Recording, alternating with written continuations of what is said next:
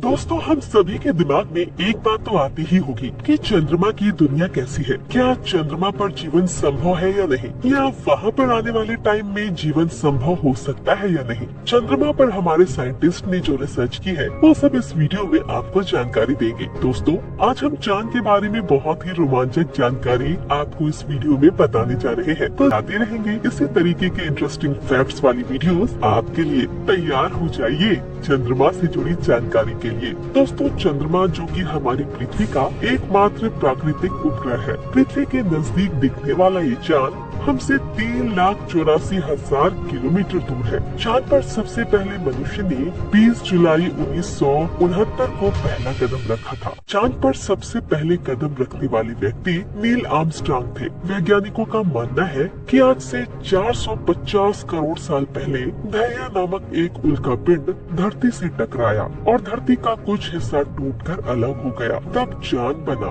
और शायद इसीलिए हमारी कथा कहानी में चांद को चंदा मामा कहा गया है। चंद्रमा का आकार देखने में गोल लगता है, लेकिन इसका आकार गोल नहीं है, बल्कि है एक अंडे के आकार का। चंद्रमा सौर मंडल के 181 उपग्रहों में ये 5वां सबसे बड़ा उपग्रह है। चंद्रमा की सतह पर धूल का गुबार सूर्योदय और सूर्यास्त के समय पर मंडराता रहता है। इसका असली कारण अभी तक कोई नहीं जान सका है। धरती की तुलना में चांद का आकार 4% कम है, यानी कि हमारी पृथ्वी के अंदर तकरीबन 4 चांद आराम से समा सकते हैं। अब आ जाते हैं चंद्रमा की जमीन पर। जब आप चंद्रमा की जमीन पर खड़े होकर देखेंगे तो आपको उसकी जमीन उबड़ खाबड़ नजर आई और चांद की जमीन काफी क्रेटर यानी कि गड्ढों से भरी हुई है। दोस्तों, चांद की जमीन को सबसे पहली बार 1959 में टच किया गया था। 13 सितंबर 1960 को सोवियत संघ के मून मिशन लूना 2 ने पहली बार कोई मानव निर्मित अंतरिक्ष यान चांद की जमीन पर उतारा था।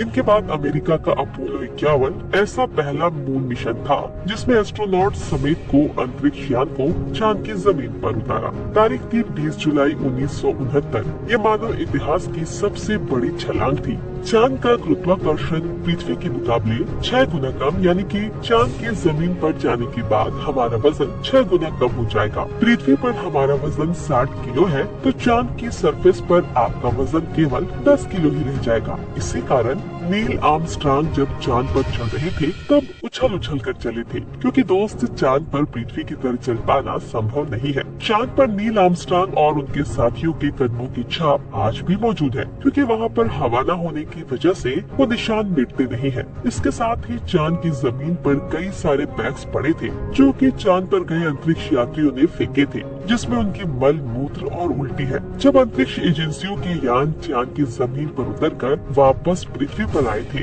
तो वे अपने साथ चांद की जमीन से कुल मिलाकर 219 चट्टान के टुकड़े साथ लेकर आए थे, जो वजन में 382 किलो भारी थे, ताकि भविष्य में इन पर शोध करके चांद के बारे में और ज्यादा गहराई से जान सके। चंद्रमा के दिन का तापमान 180 डिग्री सेल्सियस तक पहुंच जाता है, जबकि रात का 153 डिग्री सेल्सियस। आपको ये जानकर हैरानी होगी दोस्तों कि आपके मोबाइल फोन में अपोलो 11 यान के चंद्रमा लैंडिंग के समय यूज किए गए कंप्यूटर की तुलना में अधिक कंप्यूटिंग शक्ति है। अमेरिकी सरकार ने चांद पर आदमी भेजने और ओसामा बिन लादेन को ढूंढने में बराबर टाइम और पैसा खर्च किया। 10 साल और 16 बिलियन US$। चांद की सतह पर बेहद अस्थिर और हल्का वायुमंडल मौजूद है। चांद पर पानी भी तरल नहीं बल्कि सॉलिड रूप में मौजूद है। नासा के LDE प्रोजेक्ट के मुताबिक ये हीलियम, नियोन और ऑर्गन जैसी गैसों से बना हुआ है। मैनसगन चांद की सबसे ऊंची चोटी है, जिसकी लंबाई लगभग 47 मीटर है। प्रतिवर्ष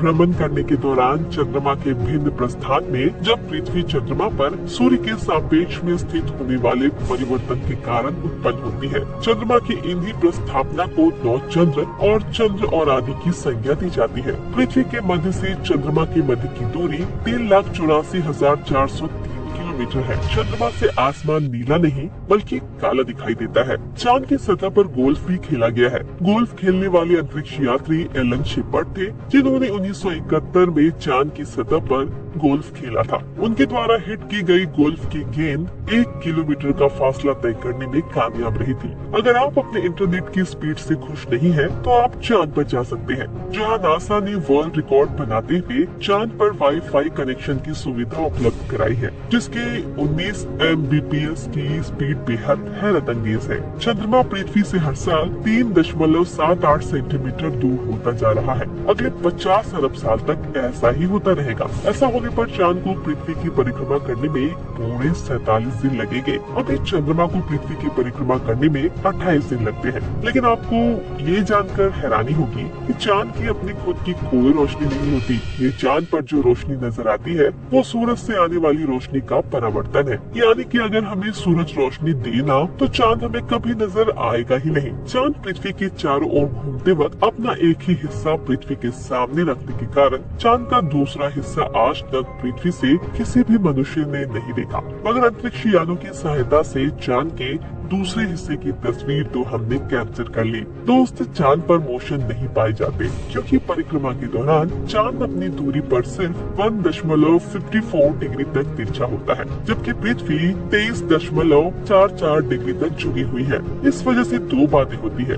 एक बात ये कि चांद पर पृथ्वी की तरह मौसम नहीं बदलते हैं, और दूसरी बात ये कि चांद पर ऐसे कई इलाके हैं जहाँ कभी सूरज की रोशनी या किरणें ही नहीं पहुँच पाती। चांद का गुरुत्वाकर्षण कमजोर होने के चलते इसके पास कोई भी वायुमंडल मौजूद नहीं है। वायुमंडल की ना मौजूदगी वहाँ पर रहने वालों के लिए सर्वाइवर उल्कापिंड जैसे खतरे बने रहते हैं। सूर्य के बाद आसमान में सबसे ज्यादा चमकने वाला कोई ऑब्जेक्ट है तो वो है चंद्रमा। दोस्तों, ब्रह्मांड से जुड़ी सभी नॉलेज पाने के लिए आप हमारे चैनल को भी सब्सक्राइब करें और मिलते हैं आपसे नेक्स्ट वीडियो में। तब तक के लिए बाय बाय, टेक केयर।